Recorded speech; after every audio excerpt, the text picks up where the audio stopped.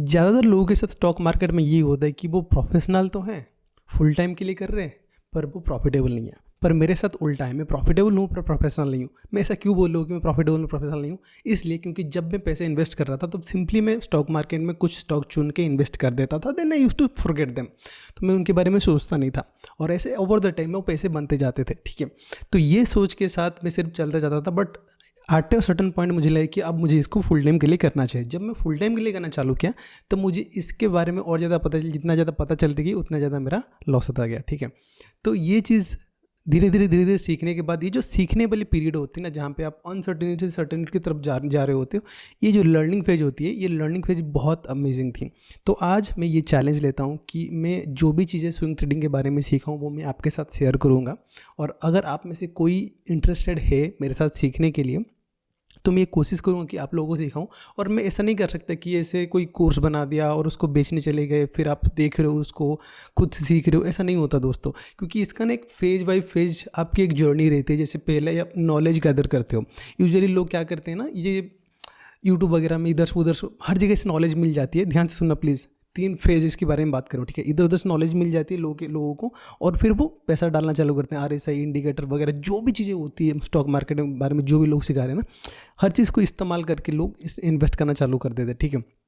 इससे क्या होता है कि आपको एक क्लैरिटी नहीं मिल पाती, आप क्या कर रहे हो आपको पता नहीं होता। तो यू समहाउ में आर मेकिंग प्रॉफिट, बट आप एग्जैक्टली प्रोफेशनल नहीं हो उस चीज़ में, कि आपको नहीं पता क्या हो रहा है, and still somehow you are making profit. तो ये जो फेज है ना एक ट्रेडर की जर्नी में, तो मोस्ट ऑफ द ट्रेडर इसमें फंस के रहते हैं और स्ट्रगल करते रहते हैं, ठीक है। उनको कन्विक्शन कभी भी नहीं आता कि मैं एक्चुअली प्रॉपर कभी ट्रेडर बन पाऊंगा कि नहीं।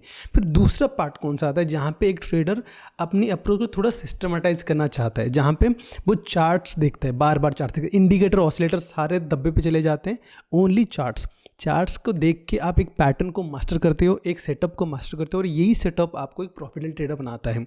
तो आप जो भी प्रोफेशनल ट्रेडर देख रहे हो, हर प्रोफेशनल ट्रेडर, उसके एक तो पैटर्न होते हैं जो बार बार बार बार वो ट्रेड करता है। उसके अलावा हो सकते हैं 1-2 पैटर्न होते हैं जो वो ट्रेड करता है डिफरेंट मार्केट कंडीशंस में, बट मोस्टली वो एक सेटअप को फॉलो कर रहे होते हैं। ये देखना आप मोस्ट ट्रेडर में, ठीक है। और ये जो सेकंड वाला पार्ट है ना, उसमें आप चार्ट देखते हो बहुत ज़्यादा। ये बहुत ज़रूरी चीज़ है, और मुझे नहीं लगता 90% ट्रेडर देखते हैं। जितने सारे भी लॉस मेकिंग ट्रेडर है, अगर वो चार्ट देखना चालू कर देते हैं तो वो जस्ट मैटर ऑफ टाइम वो प्रॉफिटेबल बन जाएंगे। आपको हर दिन चार्ट देखनी पड़ेगी। जो भी आप सेटअप प्रैक्टिस कर रहे हो, हर दिन सेम सेटअप की आप 10, 15, 20, 25, 100 चार्ट तो मिनिमम आपको देखनी पड़ेगी। देखो आज अगर विराट कोहली 10 दिन खेलना बंद कर देना, तो भी उसका बैट में जो मिडिल होना ना, बॉल मिडिल होता है ना, वो भी होना बंद हो जाएगा।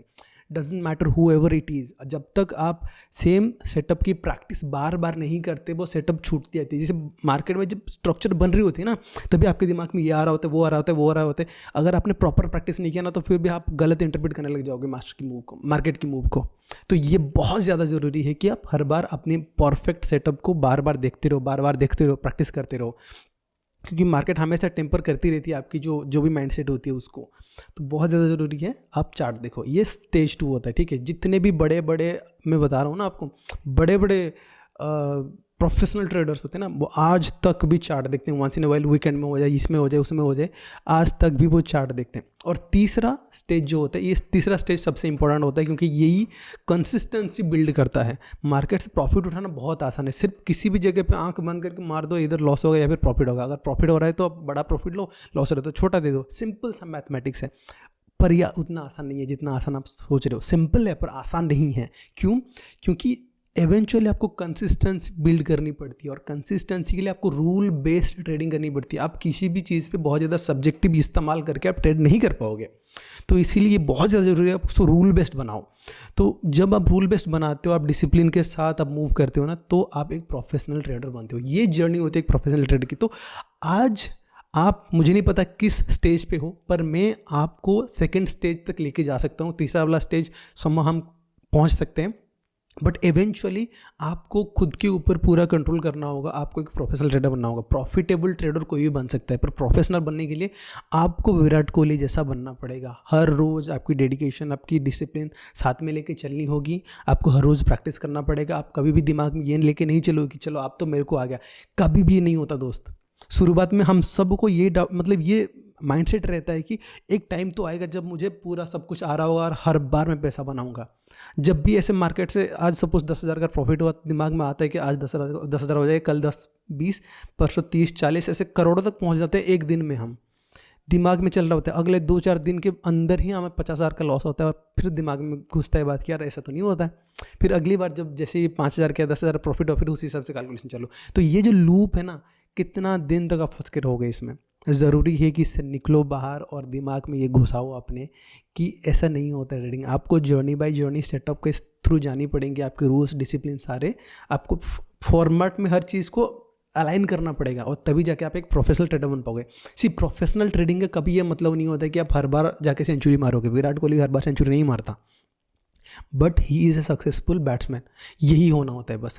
आपको सक्सेसफुल बनना है स्टॉक मार्केट में, प्रोफेशनल बनना है स्टॉक मार्केट में। डज नॉट मैटर कि आपको आज कितना पैसे बन रहे, बिकॉज जब आप रूल बेस्ड ट्रेडिंग करते हो, जब आप सब्जेक्टिविटी ज़्यादा हटाते चले जाते हो, ऑब्जेक्टिविटी लेके आते हो अपनी ट्रेडिंग में, आप उतना ज़्यादा इवेंचुअली प्रॉफिटेबल बनते जाते हो। This is what our goal is. Our goal is never never never to make profit from the stock market. Our goal is to become a professional trader, a successful trader. जब आप successful बनते हो किसी चीज़ में, तो eventually जो भी उसके रिवॉर्ड्स है ना, वो आपके पीछे आती है। तो हमारी काम है मास्टरी करना सेटअप के ऊपर, स्टॉक मार्केट के ऊपर, पैसे बनाना नहीं। तो ये अगर ध्यान में रख सकते हो तो eventually you will definitely become a profitable trader. तो उसकी नेक्स्ट वीडियो में मैं आपको बताऊंगा कि हम क्या करने वाले हैं, मेरा प्लान क्या है इस चीज़ को लेके। तो next what's the next video. चाओ।